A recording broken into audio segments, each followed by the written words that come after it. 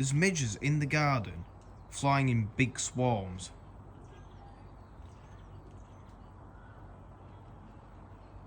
Better not bite me.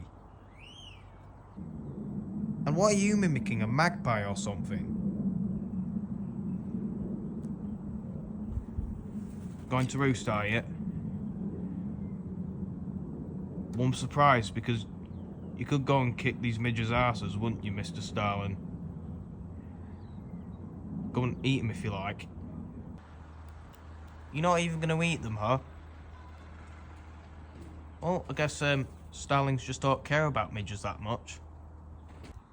Just look at them all, everywhere you go. That's horrendous. Oh, there's one in my hair! Guess flipping Starlings just don't care if they want to eat a midge or not. Well, I guess just want to eat them if they want to eat them.